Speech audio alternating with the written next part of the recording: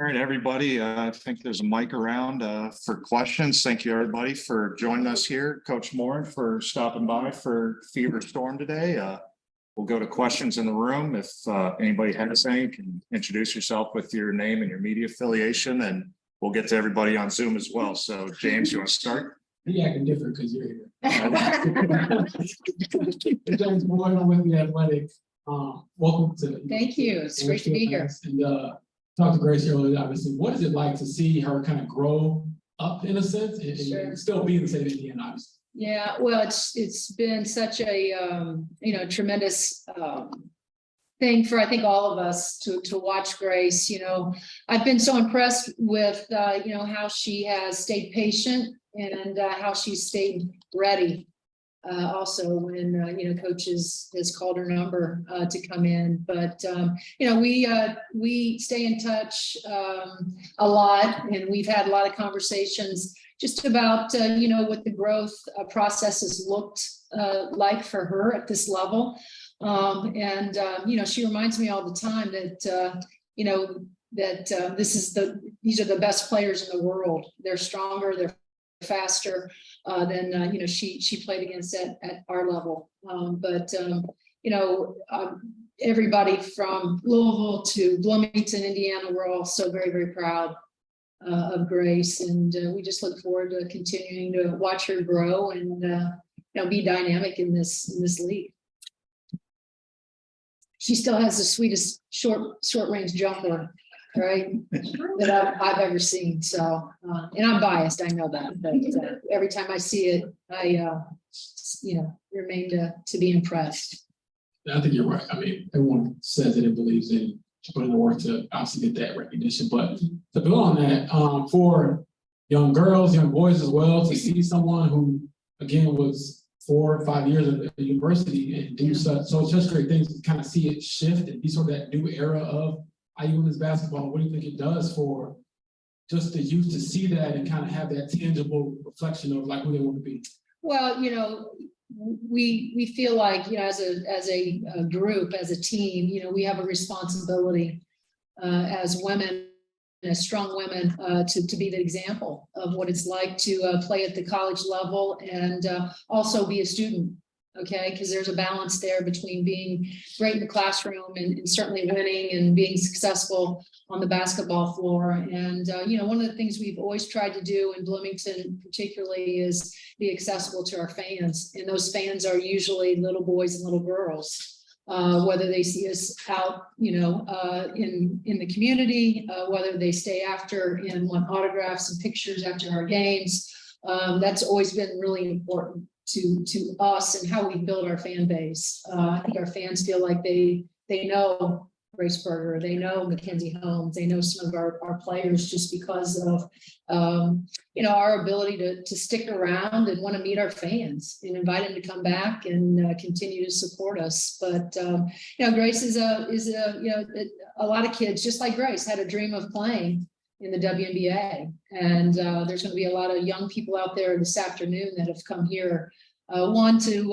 recognize our Big Ten championship team, but also they have the dreams of playing, at IU and or for the Indiana Fever.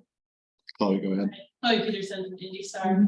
How have you seen Grace kind of change as a role model going from IU to the Fever here, kind of as a WNBA role model instead of a college basketball? Well, again, one of the things about Grace Berger is she's the consummate pro. She was at Indiana. She's all very, very business like approach in everything that she does, but she's also always made herself accessible, to be a part of the community in which she lives in, and that was in Bloomington, and now certainly here in Indiana. And I know that the Fever do a lot in this community, and so I see her out and about a lot, representing the Fever, and I'm sure she's been fantastic with the fans, but also with the younger fans as well. But one of the things about Grace is she walked into Bloomington a pretty mature kid. Nothing surprises me in terms of her being able to, whether it's make new friends, make new fans. She's pretty quiet in nature, you guys have been around Grace, but, I think once you get to know Grace, you quickly find a person that, is kind and humble and, just, easy to be around. What is it like for your team to have a WNBA franchise so close to Bloomington? Well, it's great, especially in the summer. We have summer access right now. Obviously, it's just coming to an end, but our kids are on campus for 6 to 8 weeks, and it gives them something to look forward to, especially when they can come over to Indiana or Indianapolis and watch Grace play.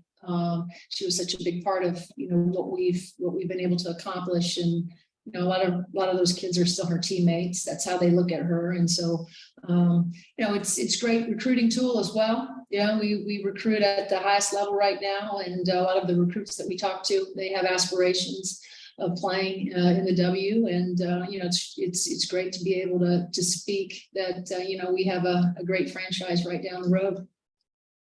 Ashley. Go ahead. Actually was with Lynn Snyder. What has it been like going back to draft night when you guys are together in New York, just being alongside her actually continues her transition into the WNBA? Sure.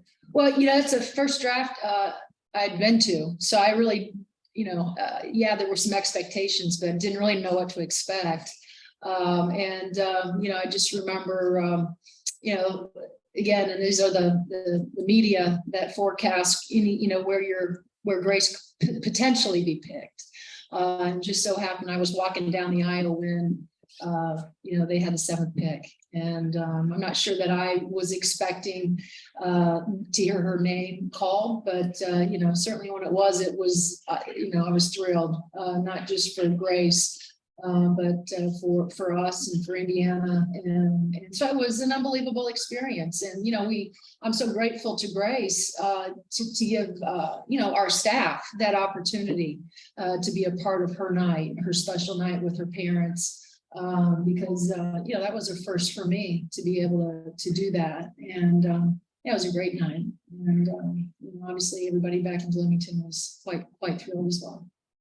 And then what kind of early on during her college career, what traits kind of tipped you off that she could potentially be a WNBA guard? Well, she has extraordinary ball handling skills. I talked about her mid-range, jumper. And then, the only thing she needed to build on was her consistency outside the arc, 3-point, with her 3-point range. And then, her body obviously is, she walked in, had never lifted a weight, didn't take much time for her to, to build strength and stamina. But, one of the things with Grace is you find out quickly when she's between the lines and she's competing that she's one of the most fierce competitors you'll ever meet. And, losing is just not an option for the kid. And so, she's a great culture kid. You want her in your locker room because she's about all the right things, and that's the work. That's the business-like approach, how she, does everything. And, we talk a lot in our program about everything matters. And she was a great example of showing, her teammates that, yes, all the details, the small things make the big things happen. And, she was a great leader. I knew it was just a matter of time, before she just kept getting a little bit better every day. And, nobody's surprised that, she's a pro. One of Grace's former USA basketball teammates is Leah Boston, saw her in college on the opposing side. But what have you seen from her just in W and just that transition? Well, it's always interesting when you watch kids in college and you wonder, how their game is going to translate to the next level. And, I think Leah has been very impressive in what she's been able to accomplish. Because then I only say that, and I say that in the most respectful way, because again, you're going up the best in the world. I think there's always a learning process that you go through. Anytime you're a freshman, anytime you're a rookie, you're in the league, you're trying to find your way. But she's been very, very impressive, in terms of having a great rookie season so far. Going back to Adam. Adam Elmer with CBS 4 and Fox 59. You mentioned you speak with Grace relatively often. I'm curious if you offered her any advice, either while she was waiting to get some more minutes or once you got them. And if you didn't, what advice would you give if you could put your coaching cap back? Sure. And again, just to do what she's been doing. You know, we talk about, you know, being patient, but also being ready. And, you know, those are the two things. And I've been so impressed with how she's handled it. You know, again, you're finding out right now, one of the things about, you know, Indiana fans is, you know, they're very passionate, right? And they're passionate about with opinions, and they're passionate about whether you win or you lose. And they're always passionate about certain players. Playing time is, you know, one of the categories that they're very passionate about. And, you know, certainly, you know, most of them would love to see Grace, you know, start and play a bunch of minutes like they did at Indiana. But look, this is a different league, and Grace knows that. Grace knows that her time will come. And what her job is to keep her head down and continue to work. And she did that in Bloomington early on in her career. She's early in her career here with the Fever, and then that's what she'll continue to do. That's the recipe. Just keep your head down, keep working, be patient, and when your number's called, be ready. And she's done that. I've been really, really pleased and happy for her. We'll go on Zoom to Matt. Matt, want to fire away for Coach? Hey, Coach. Matt Cohen from Winsider. How are you doing? Hey, Matt. I'm good. Thank you. As an IU alum, I first want to say thank you for congratulations on all your success at the program. Thank you. I want to start with a question that I'm sure that you've obviously been thinking a lot of in the post-Grace era now.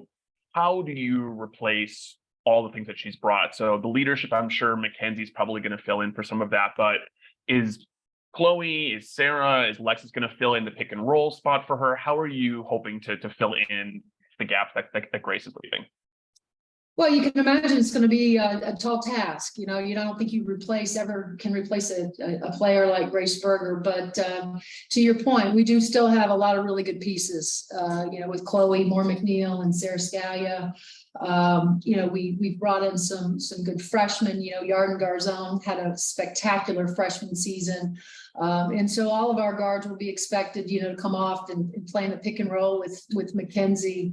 And so we feel like, you know, Grace is certainly a big loss, but, you know, I do think we have some, still intriguing pieces that'll be returning for this season. You know, Mac being, you know, the one that, you know, won't have to carry us, but certainly, you know, as far as her talent level and, you know, being an All-American and whatnot, you know, we look forward to her having a great season for us. We expect her to stay healthy, but, you know, again, a lot of really good pieces, got some good freshmen with Lene Beaumont and Jules Lamandola from Texas, both of them as basketballs in their respective states, you know, will be, you know, wings in our program. And so a lot of really, really exciting things to look forward to, you know, as we move forward. Speaking of additions, Coach, bringing in a player like Charnice, I think the expectations for her would be to help fill in some of that offensive rebounding that the team has sort of lacked a little bit the last couple of years. I'm curious, obviously, you being the coach, what are your expectations for her coming in and how she's going to fit an important role on this team behind Mackenzie? Well, again, I think it's going to take some time, you know, for Charnice to really, you know, get a good grasp of this level. But you're right. She's a really, really good athlete, excellent rebounder. You know, she flies up and down the floor. You know, I think right now, you know, we've practiced. We've had about 9 practices. We're headed out to Greece on Tuesday for our international trip, and so I've been able to see her inside of practices right now. And so she's like most, you know, most of the newbies that come into our program, just trying to you know, find her way and feel her way and try to get acclimated as quickly as she can to how we do things. And, you know, there's going to be an adjustment period. There's a growth period there for anybody that enters our program in terms of how we do things. And so I do think that, you know, she is, you know, she's going to be a great backup, you know, at that 5 position for us. She does give us something completely different. And that's a very athletic 5-man that can run and jump and do some pretty impressive things. Last thing for me, Coach, a little more of a holistic question for you. In greater awareness and coverage that is coming to women's basketball, especially at the college level, also comes greater scrutiny, and that scrutiny can take a mental toll on coaches and on the players. From your perspective as a coach, how do you handle that additional scrutiny on yourselves, but also how do you help your players handle that additional scrutiny and that mental toll that it takes? Well, again, I think it's, you have to keep it in perspective, what we do, what we get to do, not what we have to do. And I get to coach basketball, and our players get to go to a great institution like Indiana, and they get to play basketball. And, we talk often about keeping the noise out. There's always going to be scrutiny. There's always going to be opinions of others, whether they're right, wrong, indifferent, doesn't matter. What we do is we just try to control what we can control. And that's our effort, our energy every day, and our attitude, how we go into practice, how we approach games. Don't worry about the rest of that. And I know that that's hard, especially for young people, when we're in a day and age of social media and the comparison game and whatnot. But, as the leader of our program, I remind our kids often that, a lot of that stuff that you're seeing is, one, not true, and not to get caught up, in the opinions of others right now, because the only opinions that matter are the 15, 16 people we have in that circle every day, that's in practice with us every day. We know what the grind looks like. We know what we have to do and to be successful. And, we try to keep all the noise out as well as we can. Got time for two more here, guys, on Zoom. We'll go with Seth and then finish up with Ari. Seth, go ahead. Hey, Teri, how are you? I'm good. How are you? Good. So you mentioned the Greece trip a little bit. Just wanted to, I guess, see, the summer practices you've been able to have because of taking that trip. How, I know you were away for part of this, but, how beneficial have these extra practices been? What do you feel like your team has been getting out of that? And I guess, what are you looking for from your team on this trip? Well, it's really given us a great idea of, a little snapshot of what our team, looks like. That's why I'm so excited about the pieces. And, look, we don't even have Yarden and Henna aren't even here. Yarden will meet us in Greece on Tuesday, and then Henna's going to stay with her U20 team in Finland and represent her country. And, it's been great to get up and down the floor. It's been great to see them play 5-on-5. Mackenzie is healthy. She looks great.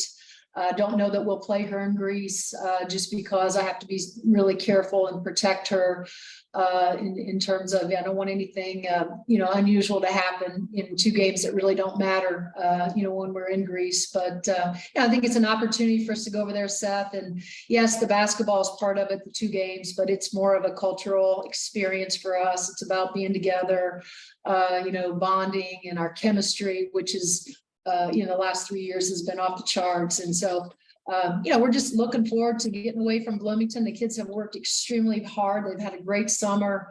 There's been a lot of PRs that have happened inside of the weight room with some of our young ladies. And so, even in my absence, they've still continued to work, extremely hard with my staff. And so we're just looking forward to going someplace we would never have had the opportunity perhaps to go to. And we're grateful that IU has given us this opportunity, Scott Dolson and his staff. And so, we're excited. Like I said, I don't know what the two games will be like. There's a lot of teams that are going over there, I've been told, from the state. So, we're not going to do any scouting reports. We're just going to show up and play the game. So, hopefully they'll go, pretty smoothly, I would guess. But I don't know that we're in great basketball shape yet. But I think we have some time for that.